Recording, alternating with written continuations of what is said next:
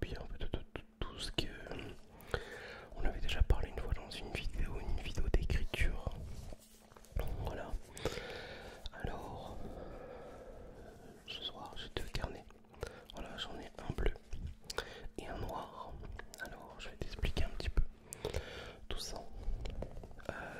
Il y a quelques années maintenant, il y a plus quelques temps, il y a quelques années, j'avais parlé d'écrire un peu sur moi, sur ma vie, sur un peu mon métier, voilà, qui a entre temps évolué.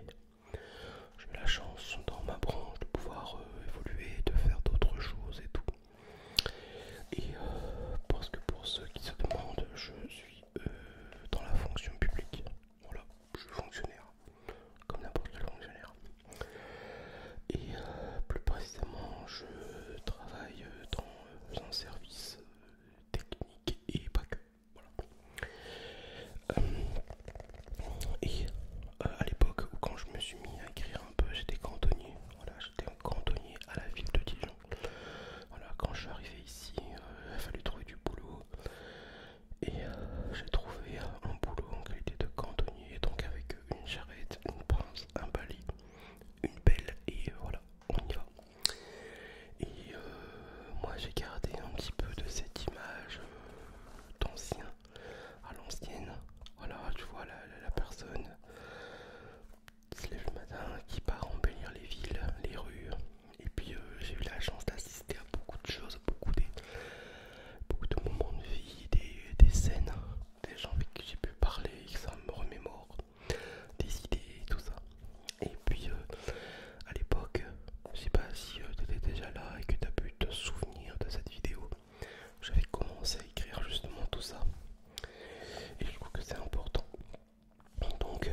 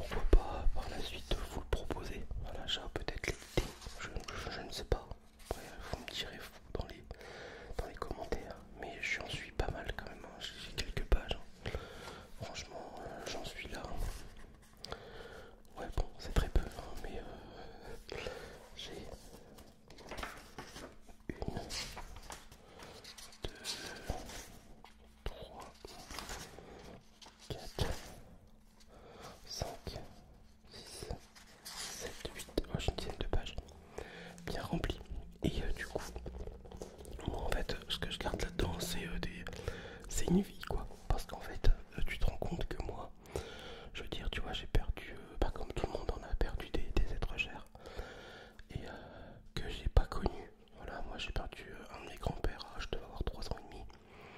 Et j'aurais bien aimé justement connaître sa vie.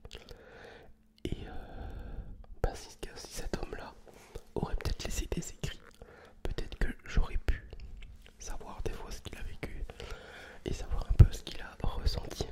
Et je me suis dit, mais je dois faire ça en fait.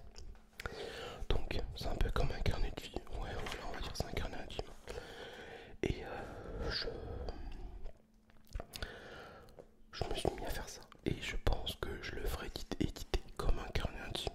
Ça peut être pas. Je crois, vous me direz, vous vraiment aussi ce que vous pensez dans les commentaires. Et si ça te dit, voilà, brut, je vais te lire peut-être un passage, pourquoi pas. Il y en a, là ça fait que une page.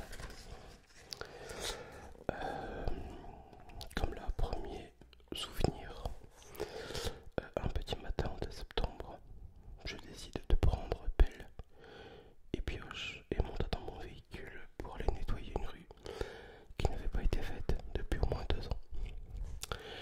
Depuis quelques semaines, la chaleur s'accable dans notre région de Bourgogne. Après une heure de travail, une vieille dame sort de sa maison et me donne de limonade car j'ai réservé devant chez elle. Et une longue discussion commence. Cette dame me raconta sa vie, la perte récente de son mari et son fils de 50 ans qui vit encore avec elle. J'apprends aussi qu'elle a un cancer avec des métastases et que pour penser à autre chose, son chirurgien lui a demandé d'avoir une occupation. Elle a donc repris la peinture, chose qu'elle faisait déjà étant jeune. Voyant que je m'intéressais à elle, elle m'invita à rentrer chez elle, mais je refuse l'invitation. J'étais quand même en service. Je suis donc resté sur le trottoir. Elle ouvra sa fenêtre et me montra ses esquisses. J'avoue qu'elle a un certain talent. On y a passé un bon 20 minutes. Quand elle a compris que j'avais un peu du boulot, elle me regarda et me dit « Merci de m'avoir écouté. » Je la recroiserai certainement. Tu vois, après, c'est des choses, voilà, que on peut approfondir en donnant un peu des lieux, des couleurs, des formes, tout ça. Et ça m'a fait